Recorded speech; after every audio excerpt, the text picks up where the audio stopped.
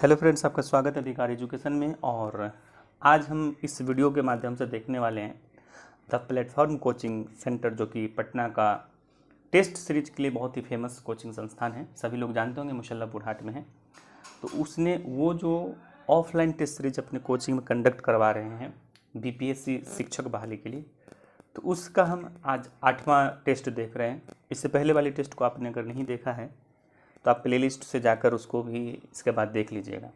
और अगर आपने अभी तक चैनल को सब्सक्राइब नहीं किया है तो चैनल को सब्सक्राइब करें, दोस्तों से शेयर करें, लाइक ज़रूर करें वीडियो को, और कमेंट्स ज़रूर करें कि वीडियो आपको कैसा लगा और आपका स्कोर कितना आया वो भी आप मुझे बताएं।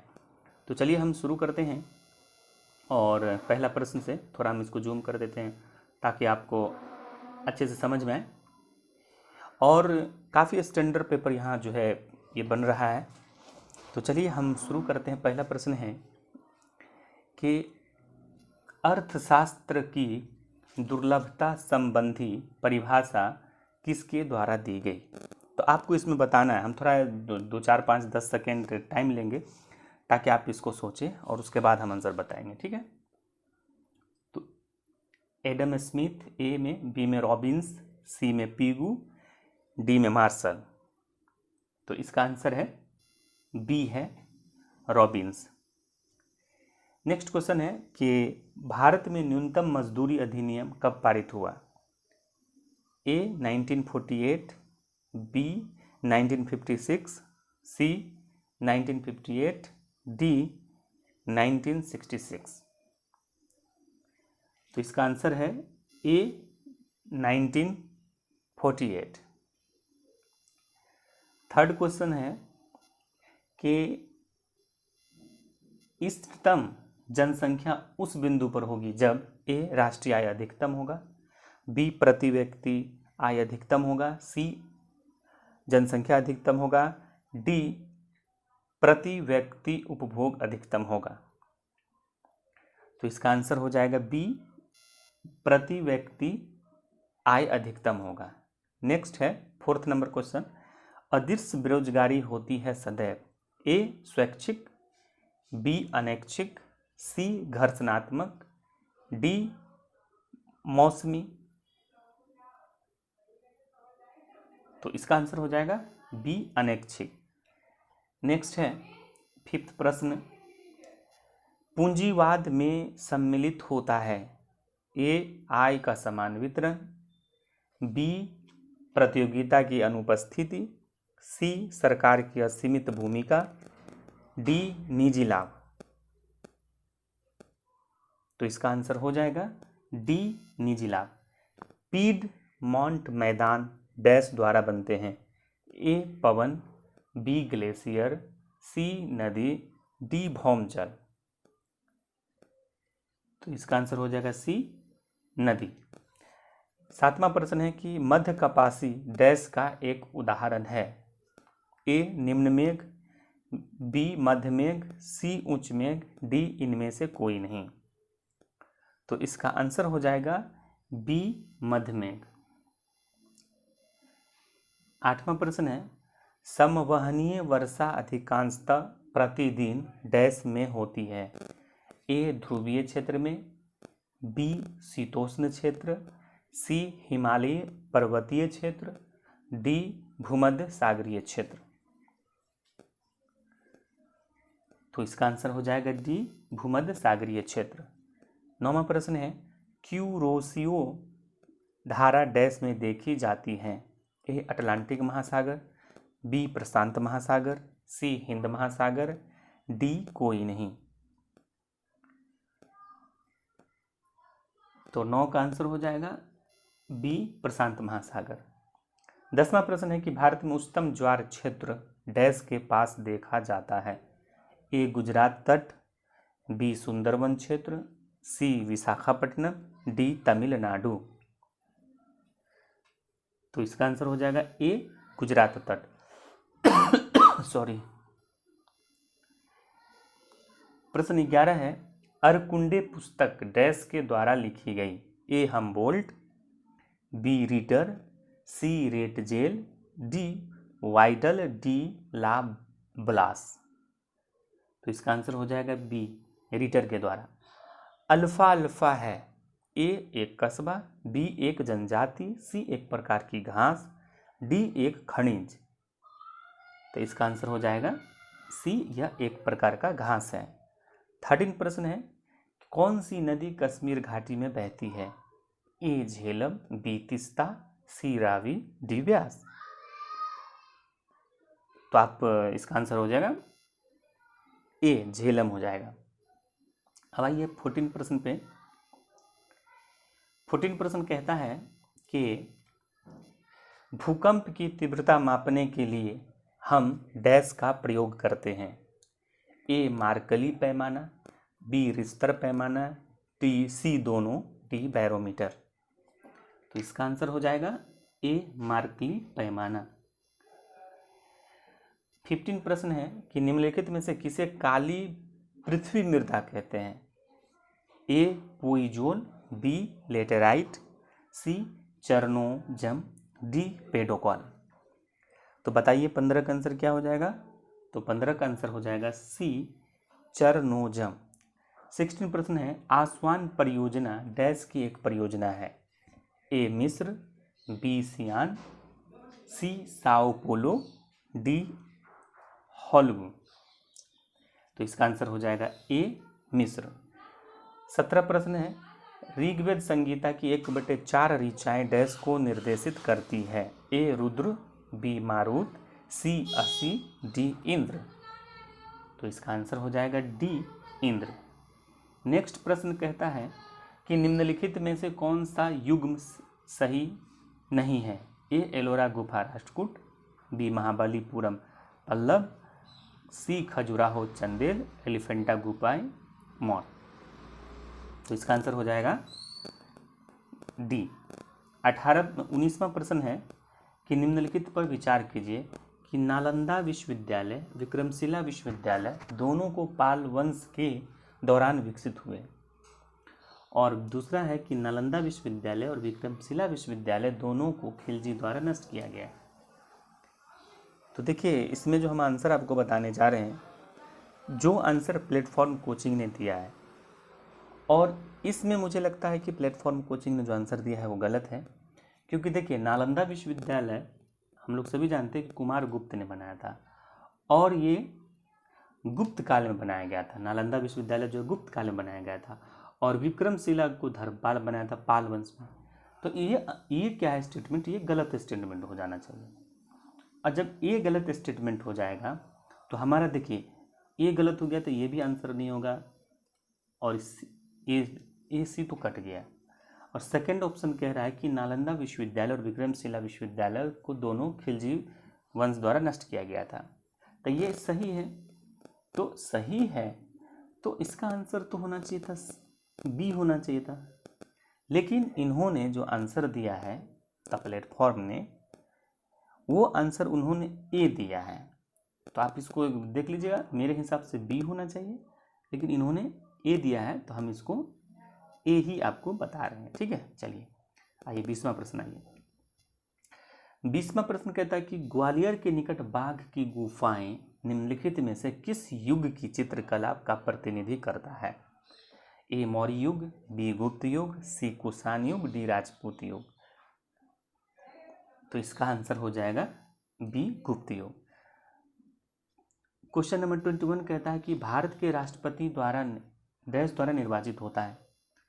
ए प्रत्यक्ष चुनाव, बी सार्वभौमिक वयस्क मताधिकार, सी संसद के सदस्य, डी निर्वाचक मंडल। तो इसका आंसर हो जाएगा डी निर्वाचक मंडल, क्योंकि संसद का सदस्य तो होगा, इसके साथ जो है विधानसभा के भी निर्वाचित सदस्य होते हैं, तो ये एक निर्वाचक मंडल कहलाता है। तो ये हो जाएगा निर्वाचक मंडल। ठीक है ना, चलिए नेक्स्ट प्रश्न संख्या 22 कहता है कि लोकसभा स्पीकर अपना इस्तीफा किसको देगा? यानी कि वो अपना इस्तीफा किसे संबोधित करता है? ए भारत के प्रधानमंत्री, बी लोकसभा के उपसभापति, सी भारत के राष्ट्रपति, और डी भारत के उपराष्ट्रपति। तो लोकसभा अध्यक्ष की बात है तो इसका आंसर हो जाएगा बी लोकसभा के उपसभापति उपाध्यक्ष को। यानी कि लोकसभा के अध्यक्ष उपाध्यक्ष को देते हैं और उपाध्यक्ष अध्यक्ष को देते हैं, इसको याद रखिएगा। चलिए 23वां प्रश्न कहता है कि भारतीय संविधान के अनुच्छेद 1 में भारत को कहा गया है, क्या कहा गया है? राज्यों का संघ, बी प्रांतों का संघ, सी भारतीय संघ, डी भारत का संघ। तो ये कहा गया राज्यों का संघ कहा गया। ठीक है, आइए अब हम देखते हैं 24 प्रश्न। 24 प्रश्न कहता है कि भारत के राष्ट्रपति द्वारा वित्त आयोग 10 वर्ष के लिए नियुक्त किए जाते हैं। ए 2 वर्ष, बी 4 वर्ष, सी 5 वर्ष, डी 6 वर्ष। तो इसका आंसर हो जाएगा सी 5 वर्ष के लिए। प्रश्न संख्या 25 कह रहा है कि संपत्ति के अधिकार को मौलिक अधिकारों की सूची से हटा दिया गया। ए 44वें संविधान संशोधन द्वारा, बी 42वें संशोधन द्वारा, सी 33वें संशोधन द्वारा और डी 21वें संशोधन द्वारा। तो इसका आंसर हो जाएगा ए 44वें संशोधन के द्वारा। अब प्रश्न 26 है, देखते हैं कि 26 प्रश्न कह रहा है कि पहचाने कि कौन सा एक स्थानीय स्वशासन सरकार का कार्य नहीं है। ए स्वास्थ्य और स्वच्छता, बी ग्रामीण आवास, सी कानून और व्यवस्था का रखरखाव, डी पेयजल। इसका आंसर हो जाएगा सी, क्योंकि कानून व्यवस्था जो राज्य सरकार का है, राज्य सूची का विषय। प्रश्न संख्या 27, मानव शरीर की सबसे छोटी मांसपेशी कौन सी है? ए अंशपेशी, बी एस्टेपेडियस, सी टिबियालिस और डी हृदय। तो इसका आंसर हो जाएगा आपका 27 का आंसर हमारा है बी एस्टेपेडियस। ठीक है। प्रश्न 28 है कि बैठक हेतु विधानसभा के लिए गणपूर्ति होगी। ए सदन की कुल ताकत का आधा हिस्सा, बी सदन के कुल सदस्यों का 2/3, सी सदन के कुल सदस्यों का 1/10 और डी 10 सदस्य। तो इसका आंसर हो जाएगा सी सदन के कुल सदस्यों का 1/10। 1/10 ये जो है शब्द है विधानसभा, राज्यसभा, लोकसभा, विधान परिषद सभी के लिए है, तो याद रखिएगा। अब आइए 29, द फिलोसफी ऑफ राइट के लेखक कौन है? ए अरस्तु, बी प्लेटो, सी हेगल, डी ग्रीन। तो द फिलोसफी ऑफ राइट के लेखक हेगल है। 30% है कि अरस्तु डैश को वरीयता देता है। ए राजतंत्रवादी, बी पॉलिटी, सी लोकतंत्र, डी अल्पतंत्रवाद। तो ये है पॉलिटी, बी आंसर इसका आंसर हो जाएगा। 31, भारतीय राष्ट्रीय आंदोलन से किस प्रकार के लोग नहीं जुड़े थे? ए साम्राज्यवादी, बी मध्यमार्गी, सी साम्यवादी, डी स्वराज्यवादी। तो इसका आंसर हो जाएगा ए साम्राज्यवादी। 32% कहता है कि किसके सुझाव पर भारतीयों को साइमन कमीशन से बाहर रखा गया? बहुत इंपॉर्टेंट प्रश्न है, इसमें काफ़ी कंफ्यूज होता है, इसको अच्छे से आप याद कर लीजिएगा। देखिए, ए कहता है लॉर्ड रीडन, बी कहता है लॉर्ड चेम्सफोर्ड, सी कहता है सर जॉन साइमन और डी कहता है लॉर्ड इरविन। तो बताइए आप लोग कमेंट में बताइए, तो इसका आंसर क्या होगा 32 का? तो इसका हो जाएगा लॉर्ड इरविन, याद रखिएगा। 33 प्रश्न, निम्नलिखित में से किसने भारतीय राष्ट्रीय कांग्रेस को सुरक्षा कपाट का सिद्धांत कहा? ए बिपिन चंद्रपाल, बी लाला लाजपत राय, सी बाल गंगाधर तिलक, डी महात्मा गांधी। तो बताइए इसका आंसर क्या हो जाएगा? इसका आंसर हो जाएगा बी लाला लाजपत राय। 34वां प्रश्न हम देखते हैं कि 34वां प्रश्न कह रहा है कि 1857 के बाद भारत छोड़ो आंदोलन एक बहुत गंभीर विद्रोह था, ये किसका कथन था? A Mahatma Gandhi, B Jawaharlal Nehru, C Lord Linlithgow, D Winston Churchill. तो इसका आंसर हो जाएगा, बताइए, सी हो जाएगा लॉर्ड लिनलिथगो। 35वां प्रश्न है कि असहयोग आंदोलन कब रोक लगाई गया? असहयोग आंदोलन इनके कब वापस लिया गया था? ए 1920, बी 1922, सी 1941, डी 1942। तो इसका आंसर हो जाएगा बी 1922। 36 है कि कांग्रेस ने 1946 के कैबिनेट मिशन योजना की आलोचना क्यों की? कांग्रेस ने 1946 के कैबिनेट मिशन योजना की आलोचना क्यों की? तो इसका आंसर हो जाएगा कि ए, देखिए, ये कह रहा है कि कांग्रेस पर देशी रियासतों का दबाव था, बी कह रहा है कि कांग्रेस देशी रियासतों का एकीकरण नहीं चाहती थी, सी कह रहा है कैबिनेट मिशन ने देशी रियासतों के निर्वाचित प्रतिनिधियों के संविधान सभा में होने की जरूरत को नज़रअंदाज कर दिया। डी, कैबिनेट मिशन देशी रियासतों को संविधान सभा का हिस्सा बनाना चाहता था। तो काफ़ी स्टैंडर्ड क्वेश्चन है, इसका आंसर हो जाएगा सी की कैबिनेट मिशन ने देशी रियासतों के निर्वाचित प्रतिनिधियों के संविधान सभा में होने की जरूरत को नज़रअंदाज कर दिया था। ठीक है। 37 है कि उद्देश्य प्रस्ताव तैयार किसने किया था? ए, जवाहरलाल नेहरू, बी, राजेंद्र प्रसाद, सी, महात्मा गांधी, डी, सरदार वल्लभ भाई पटेल। तो इसका आंसर हो जाएगा ए, जवाहरलाल नेहरू। 38 प्रश्न है कि भारत को जब स्वतंत्रता मिली तब इंग्लैंड के प्रधानमंत्री कौन थे? जब भारत स्वतंत्र हुआ तो उस समय कौन था? तो ये ए हो जाएगा Lord Mountbatten, B, Winston Churchill, C, Clement Attlee, D, इनमें से कोई नहीं। तो इसका आंसर हो जाएगा सी, क्लेमेंट एटली। अब आइए 39 प्रश्न कहता है कि डैश के बारे में माउंटबेटन की योजना थी। ए, संवैधानिक असेंबली द्वारा भारत के लिए संविधान का निर्माण की दिशा दर्शन करना, बी, संघीय सरकार की रचना करना, सी, पूरे भारत में एक काल में उठने वाले सांप्रदायिक दंगों को रोकने की योजना, और अधिकार को अंग्रेजों के हाथे भारतीयों के हाथों सुपुर्द करने के विधान बनाना। तो बताइए 39 का क्या आंसर हो जाएगा? तो इसका आंसर हो जाएगा डी कि माउंटबेटन योजना जो था अधिकार को अंग्रेजों के हाथों से भारतीयों के हाथों सुपुर्द करने का विधान बनाना था।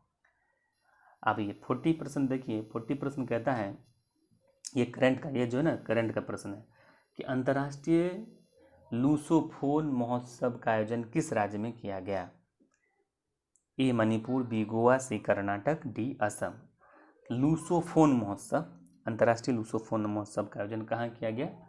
तो ये देखिए गोवा में किया गया। लूसोफोन महोत्सव कहाँ किया गया? गोवा में किया गया। नेक्स्ट, ये भी करंट का प्रश्न है कि भारत द्वारा जो G20 शिखर सम्मेलन की अध्यक्षता किया जा रहा है, यह दिसंबर माह में आरंभ हुआ है। ये कौन सा संस्करण है? ए, 16वां, बी, 17वां, डी, सी, 18, डी, 19वां। तो G20 का ये काफ़ी इम्पोर्टेंट है। कभी हमारे यहाँ G20 का सम्मेलन हुआ तो जरूर पूछ सकता है संस्करण। भारत की अध्यक्षता में हो रहा है और संस्करण है 18वां संस्करण है, याद रखिएगा इसको। अब देखिए 42 प्रश्न कह रहा है कि भारत की तरफ से UNSC की मासिक अध्यक्षता किसके द्वारा की गई? A, Narendra Modi, B, TS Tirumurti, C, doctor S Jaishankar, D, Ruchika Kamboj. तो इसका आंसर हो जाएगा डी, रुचिका कंबोज, क्योंकि हम लोग जानते हैं कि UNSC में जो भारत के स्थायी प्रतिनिधि जो है रुचिका कंबोज है, तो मासिक अध्यक्षता है तो इसमें रुचिका कंबोज ही करेंगे। ठीक है। 43 में है कि RBI के द्वारा कौन से खुदस डिजिटल रुपये लॉन्च किए गए? ए, ई रूपी, बी, ई क्वाइन, सी, ई मनी, डी, ई लक्ष्मी। तो इसका आंसर हो जाएगा ए, ई रूपी। 44 प्रश्न कह रहा है कि सेना की सुदर्शन चक्र कौर ने राजस्थान के रेगिस्तान में किस अभ्यास का आयोजन किया? ए, डस्टलिक अभ्यास, बी, वज्र प्रहार युद्धाभ्यास, सी, शुद्ध दर्शन प्रहार अभ्यास, और डी, खंजर अभ्यास। इसका आंसर हो जाएगा सी, शुद्ध दर्शन प्रयास। ये भी करंट का क्वेश्चन है। 45 में कहता है कि देश के किस अंतर्राष्ट्रीय हवाई अड्डे से पहली बार DG यात्रा शुरू की गई? ए, दिल्ली, बी, बेंगलुरु, सी, वाराणसी, डी, उपर्युक्त सभी। तो इसका आंसर हो जाएगा डी, उपर्युक्त सभी। 46 है कि भारतीय नौसैनिक पोत शिवालिक और कोमोर्टा किस देश की मैत्री दौरे के लिए रवाना हुए हैं? ए, ऑस्ट्रेलिया, बी, दक्षिण कोरिया, सी, कंबोडिया, डी, वियतनाम। इसका आंसर हो जाएगा वियतनाम। अब आइए 47 पे हम आते हैं कि राष्ट्रीय सांख्यिकी आयोग के अध्यक्ष किसे नियुक्त किए गए हैं? ए, डॉक्टर विमल कुमार राय, बी, राजीव लक्ष्मण करदिंकर, सी, राजीव मेहता, डी, PC मेनन। तो बताइए 47 का आंसर क्या हो जाएगा? बी हो जाएगा। मतलब राष्ट्रीय सांख्यिकी आयोग का अध्यक्ष जो है राजीव लक्ष्मण करंदीकर, मतलब कि RL करंदीकर। ठीक है। 48 कहता है कि सुगम ग्रामीण परिवहन यानी कि मुख्यमंत्री ग्राम गाड़ी योजना कहाँ प्रारंभ किया गया है? ए, असम, बी, बिहार, सी, उड़ीसा, डी, झारखंड। तो 48 का हो जाएगा डी, झारखंड। 49 में कहता है कि बेरोजगार युवाओं के लिए मुख्यमंत्री सीखो कमाओ योजना का आरंभ किसने किया है? ए बिहार, बी केरल, सी मध्य प्रदेश, डी छत्तीसगढ़। तो 49 का हो जाएगा सी, हो जाएगा मध्य प्रदेश। क्या हो जाएगा? सी मध्य प्रदेश, MP। ठीक है, चलिए अब आइए 50, प्रश्न संख्या 50 है कि सागरमाला परियोजना के तहत नदी तट धार्मिक पर्यटन सर्किट कहाँ विकसित करने का समझौता किया गया है? ए पंजाब, बी असम, सी उत्तर प्रदेश, डी तमिलनाडु। तो 50 का आंसर हो जाएगा बी असम। 51 है कि किरण रिजिजू को कानून मंत्रालय से हटाकर कौन सा मंत्रालय दिया गया है? ए शिक्षा मंत्रालय, बी कृषि मंत्रालय, डी वित्त मंत्रालय, सी वित्त मंत्रालय, डी पृथ्वी विज्ञान मंत्रालय। तो इसका आंसर हो जाएगा डी पृथ्वी विज्ञान मंत्रालय। रेडियोधर्मिता की SI इकाई क्या है? ए बैकुरल, बी क्यूरी, सी फैराडे, डी रदरफोर्ड। रेडियोधर्मिता का हो जाएगा ए बैकुरल। भार की SI इकाई क्या है? ए किलोग्राम, बी न्यूटन, सी ग्राम, डी डाइन। तो इसका आंसर हो जाएगा बी न्यूटन। 54 है 1 किलोवाट बराबर कितना होता है? ए 1000 जूल प्रति सेकेंड, बी 100 जूल प्रति सेकेंड, सी 10 जूल प्रति सेकेंड, डी 10,000 जूल प्रति सेकेंड। तो इसका आंसर हो जाएगा ए 1000 जूल प्रति सेकेंड। 1 नैनोमीटर बराबर होता है 10 पर पावर -9, 10 पर पावर -9। लेकिन प्लेटफॉर्म में जो आंसर दिया है वो दिया है डी, लेकिन होना चाहिए ये। तो आप इसको एक बार गूगल कर लेंगे या कोई साइंस के बुक से आप इसको देख लेंगे। ठीक है, आइए 56 कह रहा है कि ए मीटर है ना, ए में को परिपथ से श्रेणी में संयोजित किया जाता है, बी में विद्युत प्रतिरोध होना चाहिए, बी विद्युत कम खींचता, उपरोक्त सभी। तो इसका आंसर क्या हो जाएगा? 56 का हो जाएगा डी, उपरोक्त सभी।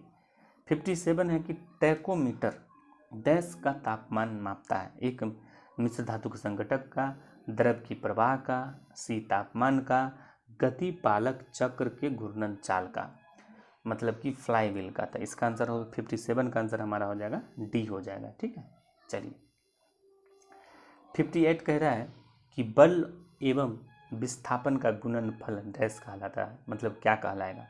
ए संवेग, बी त्वरण, डी कार्य, सी कार्य, डी भारत लिख दिया, ये गलत है। संवेग, त्वरण, कार्य, इसका भार होना चाहिए था, इसको भार कर लीजिए, भार होना चाहिए था ना। तो इसका आंसर क्या हो जाएगा? 58 का सी, कार्य हो जाएगा। बल और विस्थापन का गुण, बल गुना विस्थापन बराबर कार्य। 59 देखिए, कहता कि यदि वस्तु का विस्थापन 0 हो तो बल द्वारा वस्तु पर किया गया कार्य क्या हो जाएगा?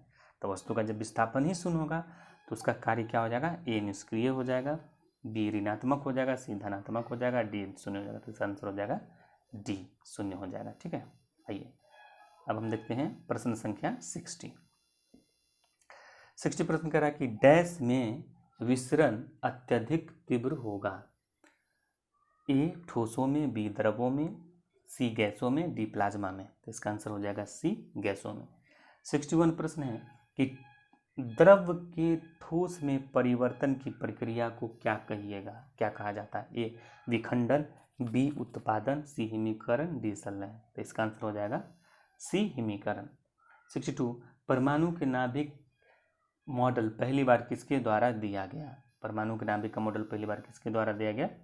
ए Rutherford, B Mendeleev, C Niels Bohr, D Louis Pasteur. तो ये हो जाएगा ए रदरफोर्ड, अर्नेस्ट रदरफोर्ड 62 का। ठीक है, चलिए 63 देखते हैं कि कहता है कि कौन से क्षार के गुण नहीं है? इसमें कौन से क्षार के गुण नहीं है वो देखना है। कहता है कि ये लाल लिटमस को नीला कर देता है, ये है। ठीक है, ये पानी में हाइड्रोजन आयन उत्पन्न करते हैं, 63 में ये गलत है। और सी कहता है कि ये मोटी सामग्री को विकृत कर देता है, सही है। और डी कहता है ये फिसलन युक्त साबुन जैसे होते हैं, ये भी सही है। तो इसका आंसर हो जाएगा पी हो जाएगा। ठीक है, क्योंकि पूछ रहा है कौन नहीं है। 64 है कि असंतृप्त हाइड्रोजन जिसमें एक या एक से अधिक द्विबंध होते हैं उन्हें क्या कहते हैं? ए एल्केन, बी एल्काइन, सी एल्कली, डी एल्कीन। तो इसका आंसर हो जाएगा डी एल्कीन हो जाएगा। 65 कहता है कि जीवाश्मों के अध्ययन को क्या कहा जाता है? ए पूरा जैविकी, बी जीवाश्म विज्ञान, सी वर्गीकरण, डी पुराण वनस्पति। तो इसका आंसर हो जाएगा बी जीवाश्म विज्ञान। किस वैज्ञानिक ने द थ्योरी ऑफ इवोल्यूशन प्रतिपादन किया? A Alexander Fleming, B Isaac Newton, C अरस्तु, डी चार्ल्स डार्विन। तो इसका आंसर हो जाएगा डी चार्ल्स डार्विन। ठीक है। कार्ल्स लिनियस को किस रूप में जाना जाता है? Father of taxonomy, B father of plant, C father of atom, father of animal science. तो इसको बोलते हैं ए कैरोलस लिनियस को जो हम बोलते हैं फादर ऑफ टेक्सोनॉमी बोलते हैं। ठीक है। 68 में देख लीजिए, तथा डैश में मुकुलन द्वारा प्रजनन हो सकता है? ए लॉबस्टर, बी स्टारफिश, सी हाइड्रा, डी केचुआ। तो इसका आंसर हो जाएगा सी हाइड्रा। 69 है कि डैश वर्ग के प्राणियों में शोषण गल, फरो और फेफड़ों के द्वारा होता है? ए मत्स्य, बी सरीसृप, सी पक्षी, डी उभयचर। तो इसका आंसर हो जाएगा डी उभयचर। 70% है कि निम्नलिखित में से किस पशु में सबसे छोटी आंत होती है? ए गाय, बी खरगोश, सी शेर, डी बकरी। तो इसका आंसर हो जाएगा सी शेर। 71% कहता है कि मानव शरीर की सबसे बड़ी धमनी कौन सी है? ए वेन केवा, बी वृक्कीय, सी महाधमनी, डी फुफ्फुसीय। तो इसका आंसर हो जाएगा सी महाधमनी। 72 कहता है कि इसमें से कौन सा जल में घुलनशील विटामिन है? Vitamin D, vitamin E, vitamin B, vitamin A. तो इसका आंसर हो जाएगा विटामिन बी और सी। विटामिन बी और सी जो है ये जल में घुलनशील है, याद रखना है। अब आइए 73 प्रश्न। 73 प्रश्न कह रहा है कि वह संकीर्ण क्षेत्र जहाँ भूमि, जल, वायु सभी मिलते उसे क्या कहते हैं? ए वायुमंडल, बी पर्यावरण, सी जैव मंडल, डी जल मंडल। तो इसका आंसर हो जाएगा सी जैव मंडल। 74 प्रश्न कहता है कि एक खाद्य श्रृंखला में किसकी आबादी सबसे अधिक होगी? द्वितीय उपभोक्ता, प्राथमिक उपभोक्ता, विघटक और डी उत्पादक। तो इसका आंसर हो जाएगा डी उत्पादक। पशुओं में प्रजातियों में ज़्यादातर डैश के कारण लुप्तप्राय हो रहे हैं? पशुओं की प्रजाति जो है ज़्यादातर किसके कारण लुप्तप्राय हो रहे हैं? ए आवास विखंडन, बी अम्ल वर्षा, सी अत्यधिक शिकार, डी पानी की कमी। तो इसका आंसर हो जाएगा ए आवास विखंडन। 76 है कि निम्नलिखित में से कौन सा राज्य सर्वाधिक क्षेत्र में मैंग्रोव वन पाया जाता है? मतलब मैंग्रोव वन जो है सबसे ज़्यादा किस राज्य में पाया जाता है? ए गुजरात, बी आंध्र प्रदेश, सी महाराष्ट्र, डी पश्चिम बंगाल। तो इसका आंसर हो जाएगा पश्चिम बंगाल। जानते हैं ना, यहीं पर जो है सबसे बड़ा ये हम मैंग्रोव पाया जाता है। ठीक है। सुंदरबन का डेल्टा यहीं पर है। ठीक है। चलिए 77 में देखिए कि भारत ने पहली बार क्योटो प्रोटोकॉल पर हस्ताक्षर किया और अपना समर्थन दिया। यानी कि भारत जो है क्योटो प्रोटोकॉल पर कब हस्ताक्षर किया था?